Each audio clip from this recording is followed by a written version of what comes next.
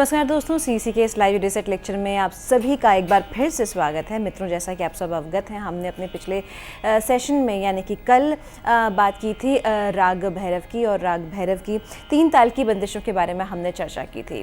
मित्रों, बताना चाहेंगे आज भी हम राग भैरव पर ही बात करेंगे, और राग भैरव में आज हम झप ताल की बंदिशों पर विशेष चर्चा करेंगे और इनमें आलाप और पलटें किस प्रकार बनाई जाती हैं जानने की कोशिश करेंगे। और इस सेशन के लिए एक बार फिर से हमारे साथ हमारे स्टूडियो में मौजूद हैं डॉक्टर सरिता पाठक यजुर्वेदी।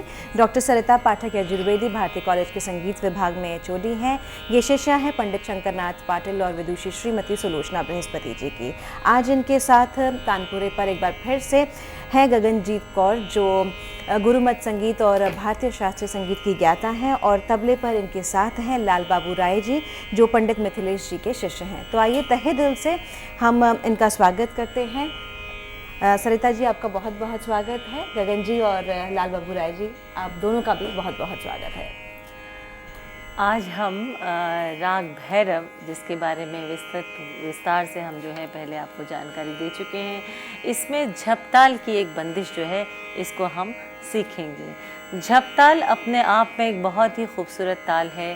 10 मात्रा का ये ताल है, जिसमें कि 4 विभाग हैं, और इन विभागों में जो विभाजन होता है मात्राओं का, वो 2-3-2-3 का होता है। यानी पहले भाग में 2 मात्राएं आती हैं, दूसरे भाग में 3 मात्रा, पुनः तीसरे भाग में जो है 2 मात्राएं, और चौथे भाग में फिर से 3 मात्राएं आती हैं। तो 10 मात्रा की ये ताल जो है, इसकी चाल बिल्कुल अलग है। जिस प्रकार 3 ताल की अपनी एक चाल है, झपताल जो है बहुत ही मधुर लगता है। झपताल में जो बंदिशें गाई बजाई जाती हैं, और झपताल को जब हम मध्य लय में झपताल की बंदिशें गाते हैं तो बहुत ही खूबसूरत लगती हैं। तो आइए आज हम मध्य लय की ही इस बंदिश को सीखते हैं। ये बंदिश जो है वो महान वाग्यकार आचार्य बृहस्पति जी द्वारा रचित है। और थोड़ा सा बंदिश को शुरू करने से पहले मैं आपको आचार्य बृहस्पति जी के बारे में बताना चाहूँगी। हिंदुस्तानी शास्त्रीय संगीत में बहुत से महान वाग्यकार, बहुत से महान संगीतकार हुए हैं। आधुनिक समय के वाग्यकारों में आचार्य कैलाश चंद्र देव बृहस्पति जी का एक बहुत ही सम्मानित नाम है। जिस प्रकार हम हिंदुस्तानी शास्त्रीय संगीत में पंडित भातखंडे जी, पंडित विष्णु दिगंबर पुलुस्कर जी और अन्य बहुत से जो हैं महान संगीतज्ञों का नाम आदर से लेते हैं, उसी प्रकार से आचार्य बृहस्पति जी भी अपने आप में एक बहुत महान विभूति रहे हैं। आचार्य जी ने रामपुर रियासत के जो हैं, वहाँ पे रामपुर जो एक स्टेट थी अंग्रेज़ों के समय में, रामपुर में उनका जन्म हुआ। और रामपुर के जो है रियासत के जो कुल पंडित जो हैं, जो पंडित राज पंडित जिन्हें कहा जाए, उस कुल में आचार्य जी का जन्म हुआ। और बचपन से ही संगीत के प्रति उनको रुझान था, और संगीत के सैद्धांतिक और प्रयोगात्मक जो पक्ष होता है, यानी कि जिसे हम थियरी और प्रैक्टिकल कहते हैं, इन दोनों की शिक्षा इन्होंने बचपन से ही ली थी। और क्योंकि बहुत ही ब्राइट जो है स्टूडेंट रहे, तो बचपन से ही इनका रुझान जो है साहित्य और संगीत की तरफ था। इन्होंने बहुत सी पुस्तकें रची, जिनमें कि भरत का संगीत सिद्धांत जो है वो बहुत ही पॉपुलर रही है। नाट्यशास्त्र का 28वां अध्याय, संगीत चिंतामणि जो 2 भागों में आई है। इसके अतिरिक्त उन्होंने ध्रुपद एवं उसका विकास, ये बहुत ही खूबसूरत पुस्तक रही। इसके अतिरिक्त राग रहस्य, जिसके कि भाग 1 से लेकर भाग 5 तक जो है वो प्रकाशित हो चुका है। इसमें रागों में, विभिन्न रागों में विभिन्न बंदिशों का जो है वो संग्रह जो है हमें मिलता है, और जो उनके द्वारा रचित हैं। और इन बंदिशों में अनंग रंग की मुद्रा से जो है इन्होंने लिखा है, जो पेन नेम कहते हैं, अनंग रंग की मुद्रा से इन्होंने ये रचनाएं जो बंदिशों की है अलग अलग रागों में, तो वो इसमें संग्रहित हैं। इसके अलावा उन्होंने ब्रज बल्लरी विलास, मेघ का कवि, खुसरो तानसेन एवं अन्य कलाकार, इस प्रकार की बहुत सी पुस्तकें लिखी। और इन पुस्तकों को आधुनिक समय में रेफरेंस बुक्स की तरह भी इनको लिया जाता है, क्योंकि इसमें इतना गूढ़ खजाना जो है वो भरा हुआ है कि आपको हर एक अध्याय से आपको कुछ नया जो है सीखने को, समझने को मिलता है। खैर, बहरहाल जब हम संगीतज्ञों की बात करेंगे, जब हम उन दिग्गजों की बात करेंगे अपने इस basic concepts of Indian music की सीरीज़ में, तो हम आपको इस प्रकार के महान जो संगीतज्ञ हैं, कलाकार हैं, या ऐसी विभूतियाँ जिन्होंने कि हिंदुस्तानी शास्त्रीय संगीत को इस मकाम तक पहुँचाया है कि आज पूरा विश्व जो है उसको नतमस्तक करता है, तो उनके बारे में हम विस्तार से जानेंगे। तो हम पुनः बात करते हैं राग भैरव की। राग भैरव की जो बंदिश आज हम आपको बता रहे हैं वो है झपताल की बंदिश। और इस बंदिश के जो बोल हैं उसको पहले जानते हैं, साहित्य को जानते हैं और उसके अर्थ को समझते हैं, और फिर हम बंदिश की तरफ रुझान करेंगे।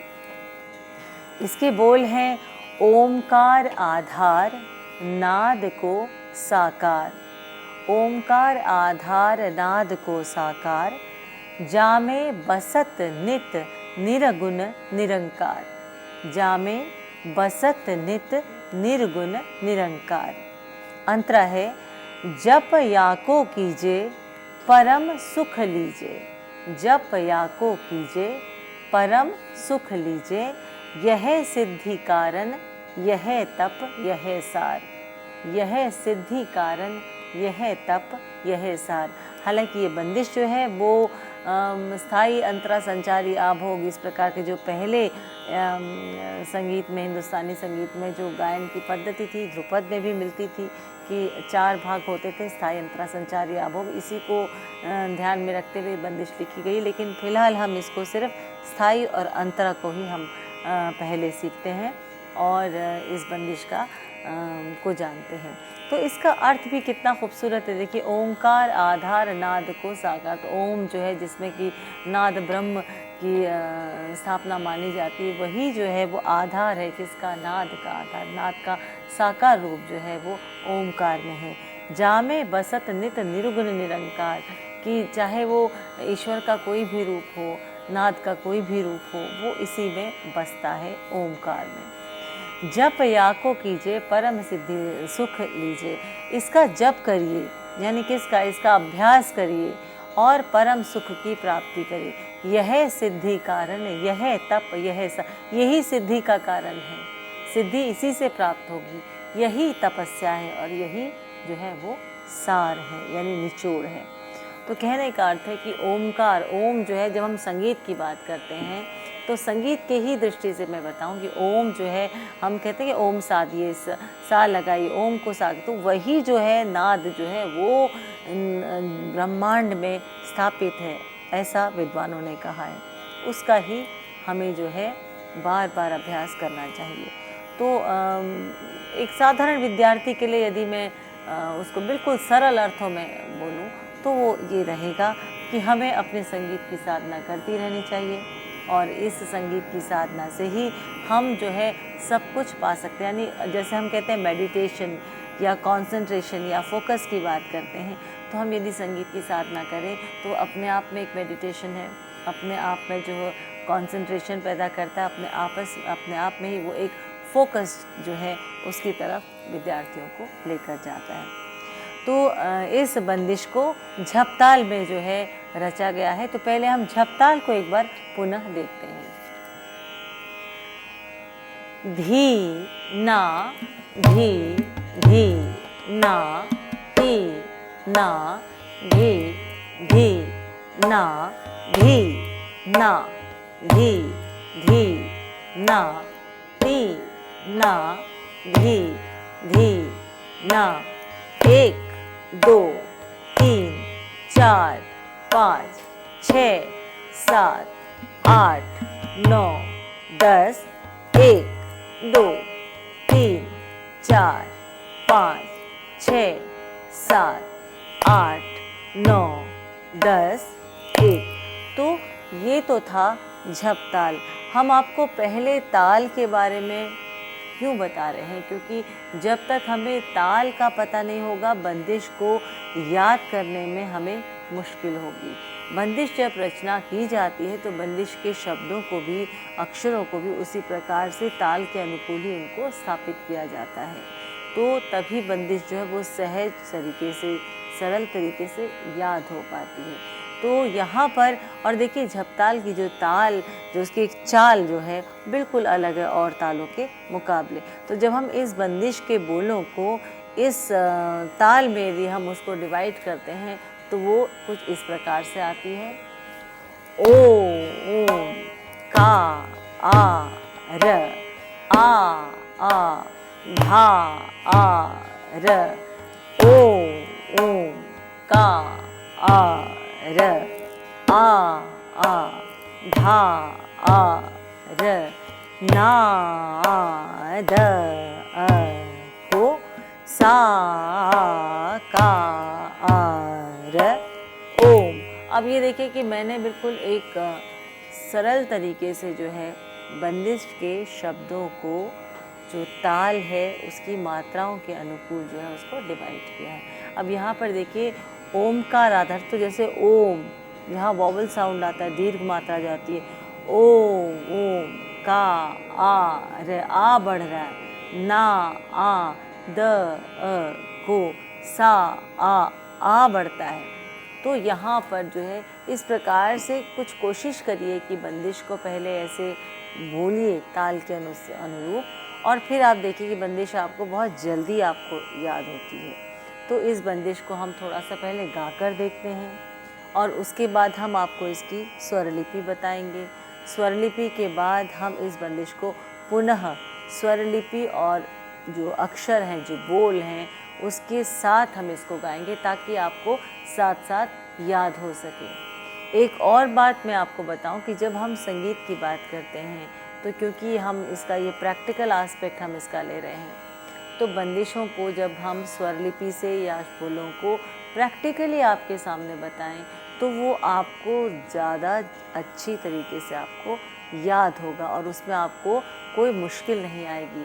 यदि मैं आपसे कहती हूँ कि आप इस बंदिश को, उस पुस्तक को खोल के आप इसको कर लीजिए, तो शायद वो उतना आसान नहीं हो। हालांकि आप पुस्तकों से पढ़कर उन बंदिशों को जान पाते, लेकिन जैसे कहते हैं कि पुस्तकें तो वो मींड से, लाग से कैसे लिया आता है, कौन से स्वर को कर्ण से किस प्रकार से लेंगे, जब गाएंगे तो कौन से स्वर पर जोर होगा, कौन सी संगति को लेते हुए किस प्रकार से मींड ली जाएगी, तो ये सब चीज़ें पुस्तकें नहीं बता सकती। इसीलिए सामने जो है वो ज़रूरत पड़ती है कि आप किसी से सीखें।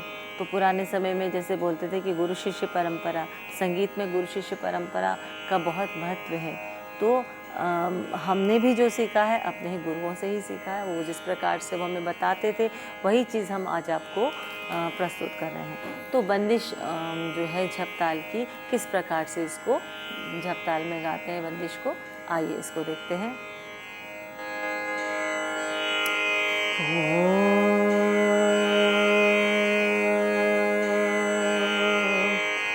थोड़ा सा इसका आलाप लेते हैं, एक इंट्रोडक्शन की तरह। बंदिश से पहले हम राग को थोड़ा सा उसका एक परिचय हम जो है वो बताते हैं।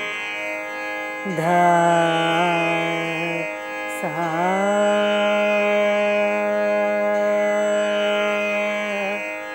द रे सा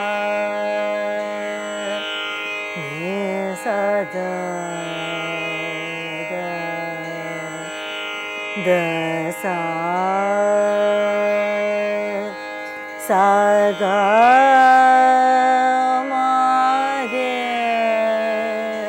सा सा गा मा पा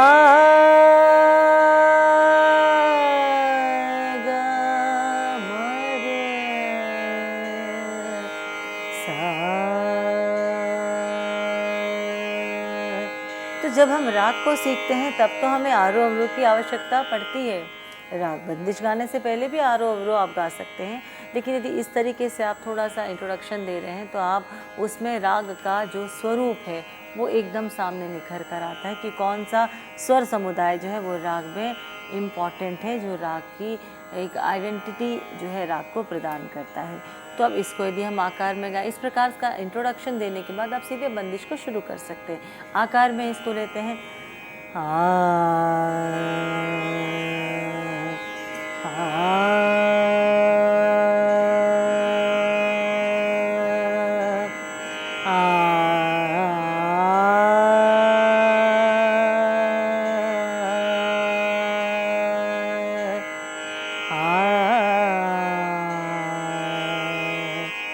तो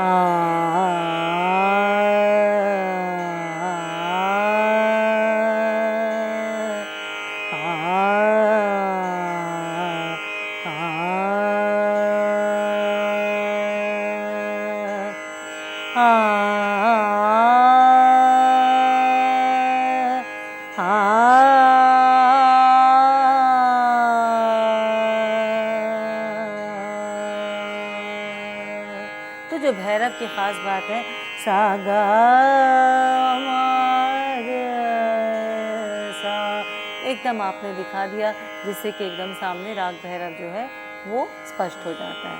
अब हम बंदिश पर जाते हैं। ओमकार आधार, ओमकार आधार, ओमकार आधार, नाद को साकार, नाद को साकार, जा में बसत नित, जा में बसत नित, निरागुण निरंकार, निरागुण निरंकार, ओंकार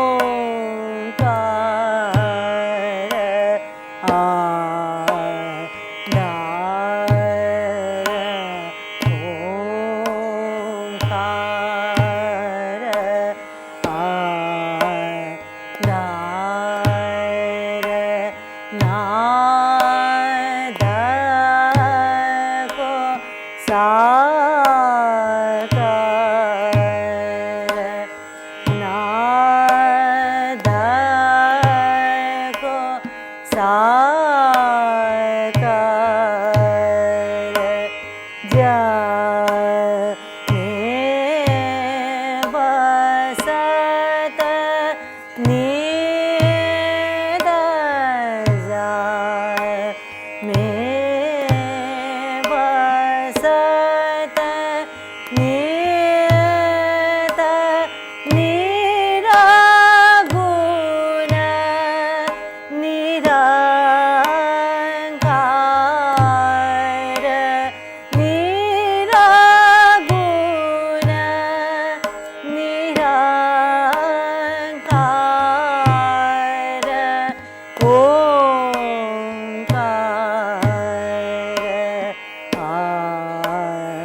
आधार, ओंकार आधार। अब हम इसके अंतरे को लेते हैं। धी ना, धी धी ना, जप या को कीजे, जप या को कीजे, परम सुख लीजे, परम सुख लीजे, जप या को कीजे, परम सुख लीजे, यह सिद्धि कार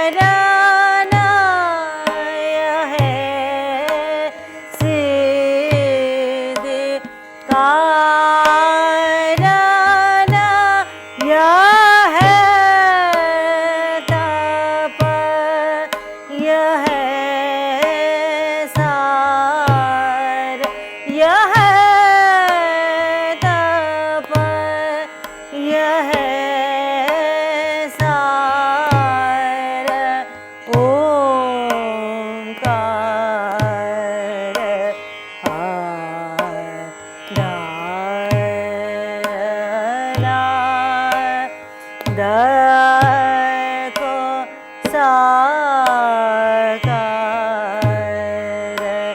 जाने बसत नीत निरागुण निरंकार ओंकार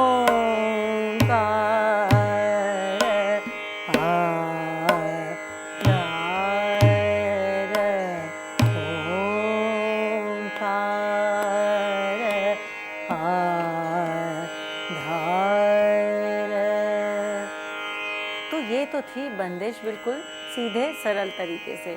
अब आप बंदिश को गाते समय आपने ध्यान दिया होगा कि मैंने हाथ से जो है वो विभाग ताल दी, यानी धी ना धी धी ना ती ना धी धी ना धी। तो आपने देखा कि मैंने विभाग ताल दी, मैंने ऐसे नहीं किया धी ना धी धी ना धी ना धी धी ना धी। मैं ऐसे भी दे सकती थी, लेकिन जब हम बंदिश को गाते हैं तो उस समय कोशिश कीजिए कि आप विभाग ताल ही दें, नहीं तो कई बार होता है कुछ कन्फ्यूजन जो है वो पैदा हो जाता है। तो आप एक तो लय का भी ध्यान रखिए कि लय जो है उसके हिसाब से जो है हम ताल की जो है मात्रा ताल या विभाग ताल को हम देखेंगे। अक्सर जब हम बंदिश को गाते हैं यानी परफॉर्म करते हैं उस समय विभाग ताल ही दी जाती है, और जब संगीतज्ञ जब थोड़े से अभ्यस्त हो जाते हैं, उनको ताल में एक काबू ताल पर कर लेते हैं, तो वो ताल भी नहीं दिखाते जब वो परफॉर्म कर रहे थे, लेकिन निरंतर ताल जो है उनके मस्तिष्क में घूम रही होती है, तो वो सम अक्सर दिखाते या खाली दी, जैसे ओंकार आधार ओंकार आधार ओंकार। इस प्रकार से सिर्फ सम और खाली दिखाते हैं, लेकिन निरंतर जो ताल है वो उनके माइंड में जो है वो चल रही होती है। ये आप भी यदि अभ्यास करेंगे तो उसमें आपको भी जब ताल पर आपको कॉन्फिडेंस आ जाएगा तो आप इस प्रकार से आप गा सकते हैं।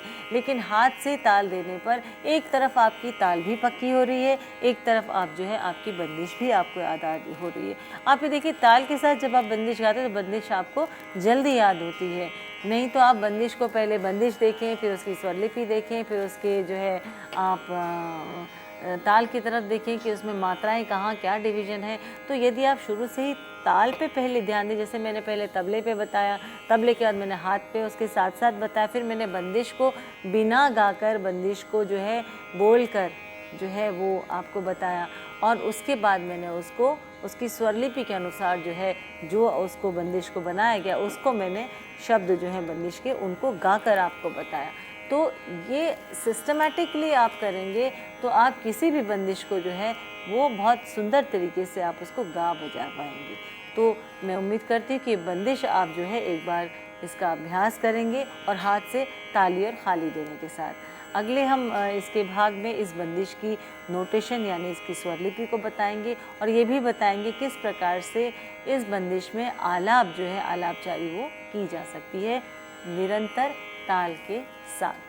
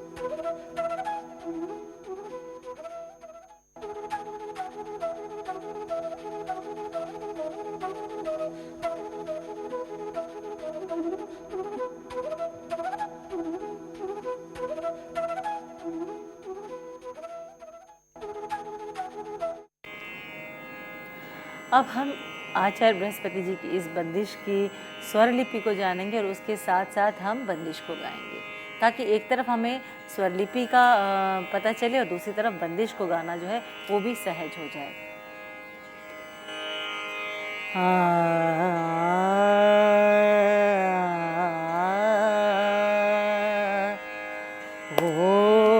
ओंकार धार रे सा सा ध सा सा रे सा सा ध सा सा गा गा म रे सा सा गा गा म रे सा सा रे सा सा ध सा सा गा गा म रे सा सा गा गा म रे सा सा ओंकार आधार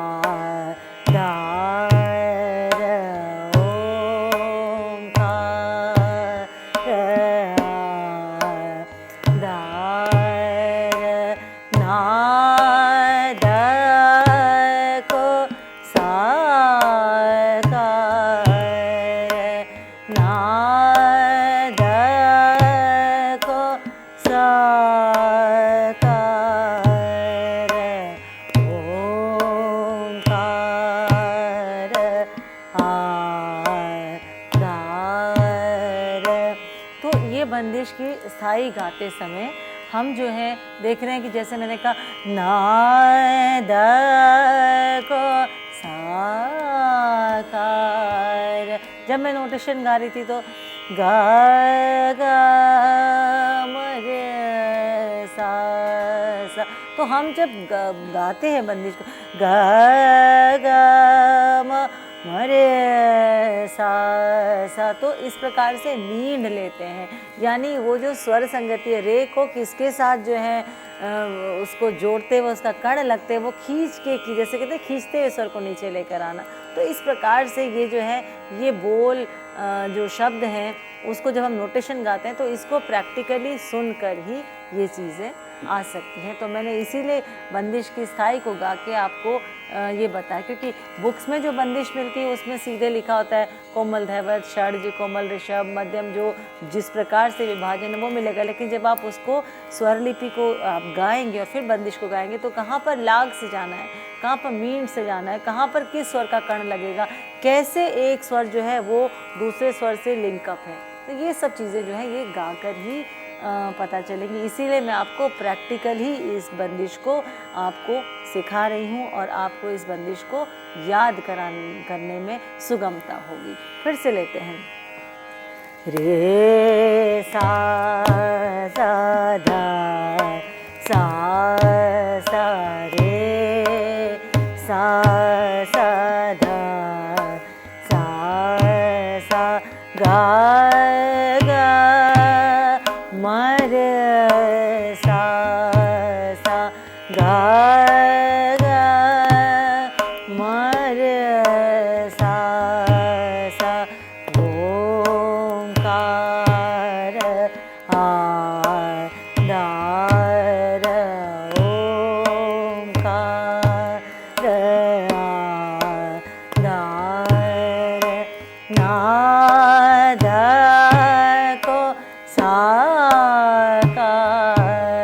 पम रे सा, इस प्रकार से भी ले सकते हैं साकार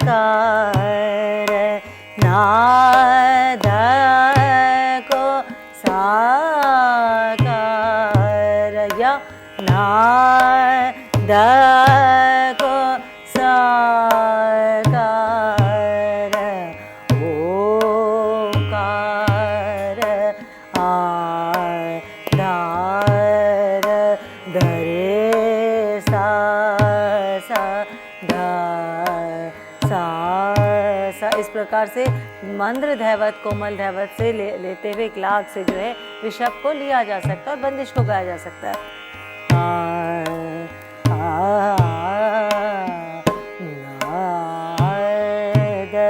को ओंकार दार जा में बसत नीत सा म ग म प प द द सा म ग म प प द द निरगुण निरंकार नि सा द द प म प म ग म नि सा द द प म प म ग म ओंकार दार जा में बसत नित सा म ग म प प द द निरगुण निरंकार नि सा द प म प ग ग म नि सा द द प म प म ग म ओंकार दार ओंकार दार। अब हम पूरी स्थाई को एक साथ गाते हैं।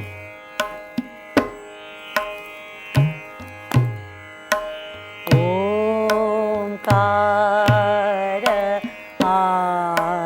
दार ओंकार दार नाद को साकार नाद को साकार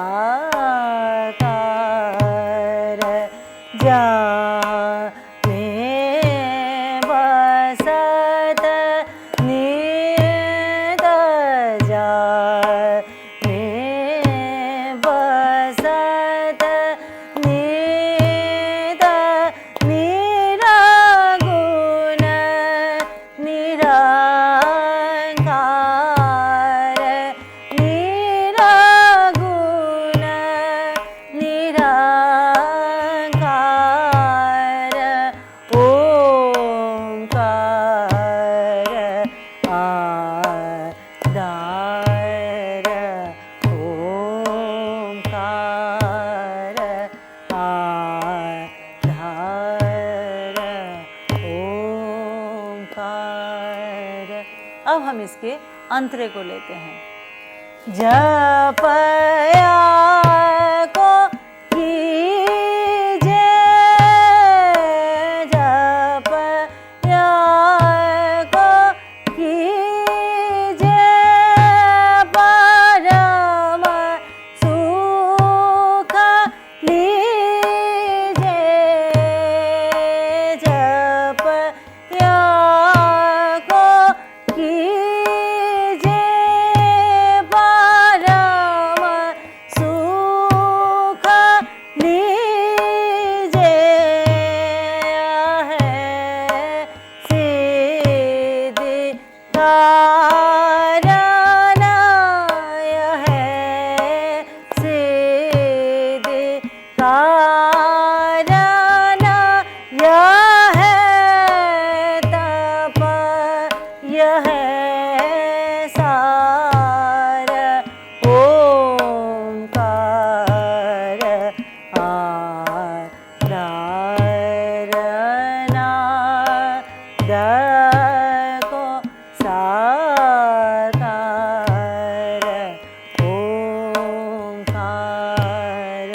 अब हम अंतरे की स्वर लिपि को देखते हैं।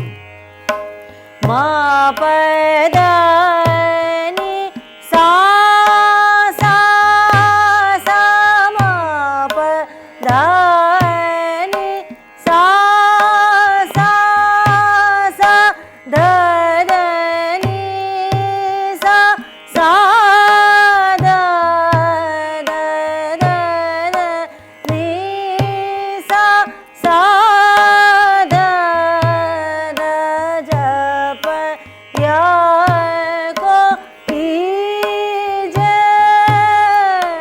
जप या को कीजे परम सुख लीजे परम सुख लीजे। अब हम जब इसको अंतरा गा रहे थे तो हमने मदनी सा इस प्रकार से भी हमने थोड़ा सजाने के लिए जो है वो स्वरों को लिया है। तो ये आप जब थोड़ा सा बंदिश को याद कर लेंगे, थोड़ा गाएंगे, तो अपने आप ही इस प्रकार से स्वर संगतियाँ आपको सूझेंगी और आप उसको गा सकते हैं। मा प ध नि सा सा सा मा प ध नि सा सा सा ध ध नि सा सा ध ध ध ध नि सा सा ध ध मा प ग म प ध नि सा सा मा प ग म प ध नि सा रे सा नि ध प मा प ग म सा नि ध प मा प म ग म जप या को कीजे जप या को कीजे परम सुख लीजे है सिद्धि कारण है सिद्धि कारण यह है तप यह है सार ओंकार आधार ओंकार आधार ओम। तो जब हम बंदिश को गा रहे थे स्वर लिपि के साथ, आपने अक्सर देखा होगा कि मैंने कुछ संगतियाँ जो है वो बार बार उसका प्रयोग, जैसे द रे सा ओंकार द रे सा सा, या ग म रे सा, या सा सा ग म द द प ग म द द सा द प, या मध्यम से ऋषभ की मीन सा ग म रे सा द रे सा। तो ये जो स्वर संगतियाँ ये राग भैरव में, जैसा मैं पहले भी बता चुकी, बहुत ही इम्पॉर्टेंट है। और जब हम देखें, यदि हम बंदिश को इस प्रकार से आपको प्रैक्टिकली नहीं बताएं और हम आपको सिर्फ इसकी नोटेशन जो है मॉनिटर पे दिखा दें कि स्क्रीन में कि ये नोटेशन है, और इसको जब तक नोटेशन को हम गाकर नहीं देखें तो वो उसका जो किस प्रकार से स्वरों की संगति है, किस प्रकार से उसको गाया जाता है, ताकि उसका जो शब्दों को डालकर अक्षरों को उसके साथ मिलाकर जो भाव उत्पन्न होता है वो उस रस की निष्पत्ति कर सके या उस राग को जो है खिलकर आपके सामने जो प्रस्तुत कर सके। ये गाकर ही संभव है, क्योंकि ये इसका प्रयोगात्मक स्वरूप यानी प्रैक्टिकल जो है वो उस पर आधारित है। तो इसको प्रैक्टिकली हम करके देखें। ज़्यादा बेहतर है। जब आप अभ्यास करें तो कोशिश करें कि तानपुरे पर सा पर सा जो है वो मिलाएं और फिर जो है आप अभ्यास करें। तो जैसे कि हम इसको यदि इस प्रकार से लें कि यदि हम इसकी सिर्फ नोटेशन को पढ़ते हैं तो कैसे आएगा, रे सा ध सा रे सा ध सा ग ग म रे सा ग ग म रे सा। यानी ऐसा लग रहा है एक स्वर का दूसरे स्वर से कोई लेना देना नहीं है और वो खड़ा खड़ा खड़ा खड़ा स्वर लग रहा है। तो इसको स्वरलिपि को याद करके फिर हम उसको जब गाएं, देखिए बिल्कुल ही फर्क हो जाता है। धी धी ना धी ना धी, रे सा द सा रे सा, यानी द रे सा, रे सा द सा गा गा म रे सा गा गा म रे सा रे सा ध सा। तो देखिए कितने खूबसूरत तरीके से ये जो स्वरों का जो गुथाव है ये इस बंदिश में आया है। और इसमें हम जब अक्षरों को या शब्द को, बोलों को डालते हैं तो बहुत सुंदर तरीके से जो है बंदिश का भाव जो है वो सामने आता है। और जैसे कि राग भैरव प्रातःकालीन राग है, तो आचार्य जी की इस बंदिश को यदि आप प्रातःकाल गाएं तो आपको एक अलग तरह का जो है आनंद जो है उसका अनुभव आपको होगा। और आपको स्वयं लगेगा कि जो भी चीज़ें मैंने आपको व्याख्या के रूप में बताई है वो सही तरीके से जो है वो सार्थक हो रही हैं। तो अब इस बंदिश को एक बार पुनः जो है स्थाई और अंतरे को हम गाते हैं और फिर हम थोड़ा सा उसमें किस प्रकार से आलाप किया जाएगा, क्योंकि आलाप के बारे में आपको पूरा विस्तार से आलाप और तानों के बारे में बता दिया गया है। तो हम उसको कैसे बंदिश के साथ प्रयोग करें, वो भी झपताल की बंदिश के साथ, उसको देखते हैं। ओंकार आधार, ओंकार आधार, नाद को साकार, नाद को साकार, जा बसत नीत जा में बसत नीत निरागुण निराकार, निरागुण निराकार, ओंकार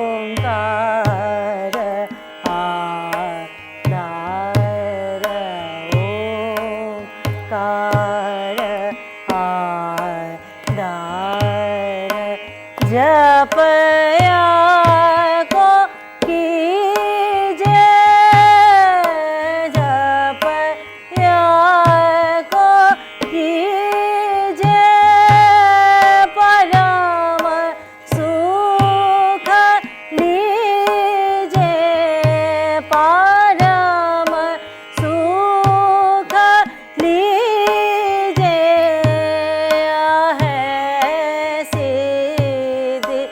कारणय है सिद्धि, कारण यह है तप, यह सार, ओंकार आधार, ओंकार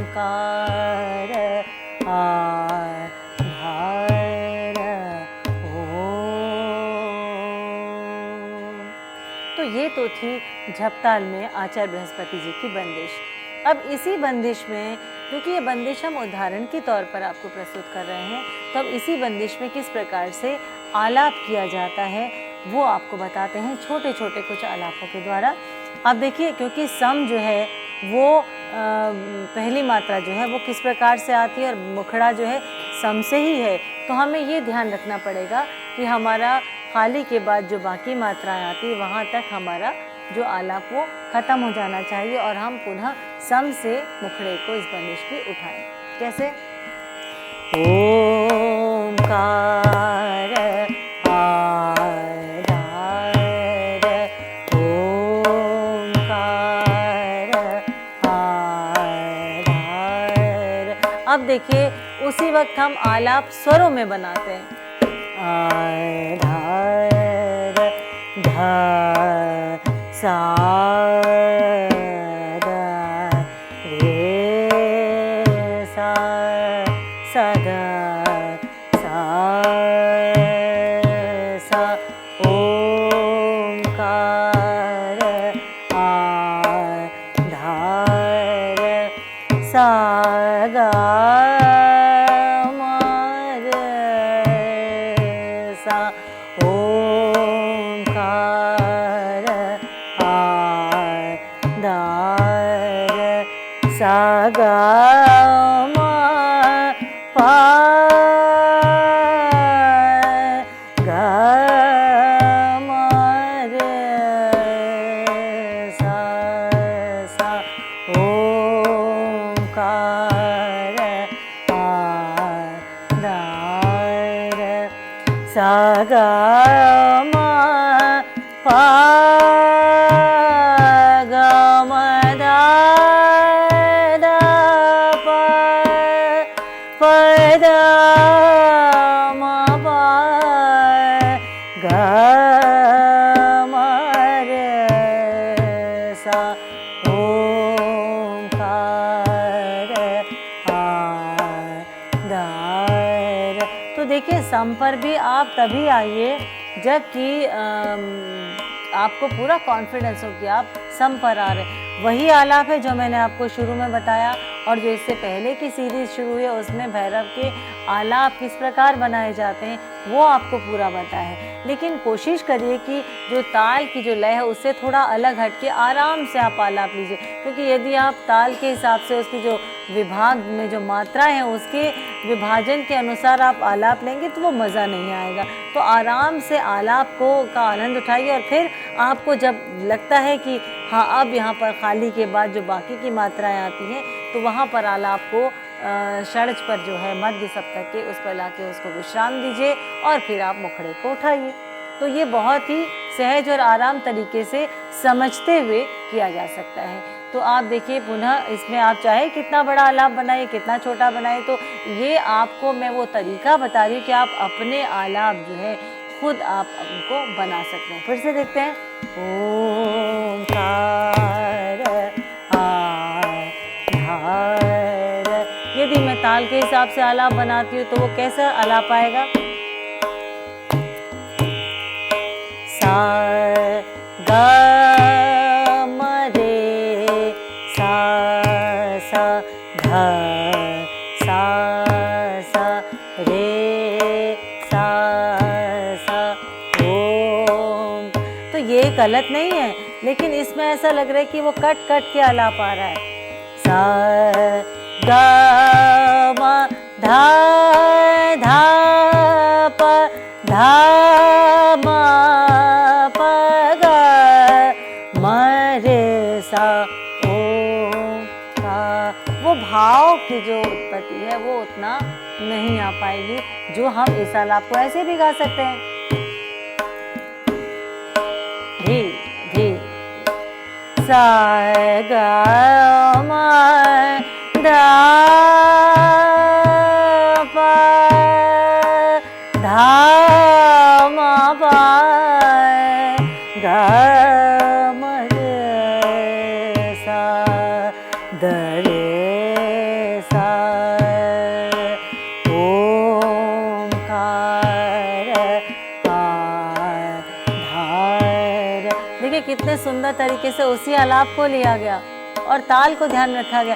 तो स्वर जो है कोई अकेला जो है वो एग्जिस्ट कर रहा है तो उसका वो मज़ा नहीं है। स्वर को जो जैसे कहते हैं ना, मनुष्य एक सामाजिक प्राणी है, स्वर को भी जब उसके आगे पीछे के स्वरों के साथ या जिसके साथ उसकी संगति उस राग में ले उसके हिसाब से हम लेंगे तो हमें ज़्यादा अच्छा लगेगा सुनने में भी और गाने में भी।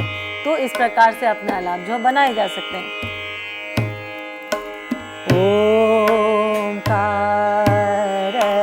आधार सा ग म ध द सा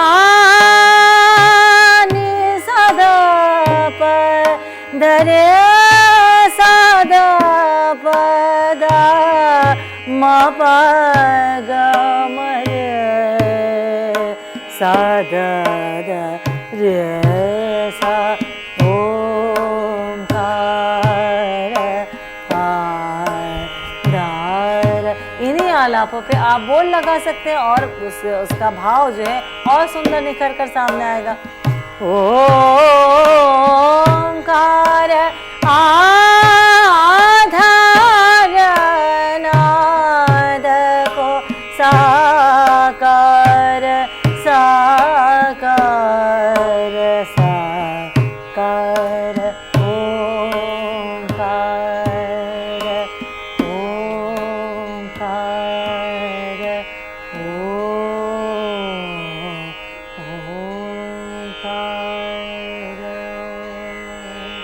तो ये थी बंदिश झप ताल में राग भैरव। और इसी के साथ अब हम आज आपसे विदा लेना चाहेंगे और धन्यवाद देना चाहेंगे डॉक्टर सरिता पाठक यजुर्वेदी जी को और साथ ही साथ गगनजीत कौर और लाल बाबू राय जी को। आप सभी को बहुत बहुत धन्यवाद। मित्रों, हम कल फिर मिलेंगे और कुछ नई बंदिशें सीखेंगे। तब तक के लिए आप सभी को नमस्कार।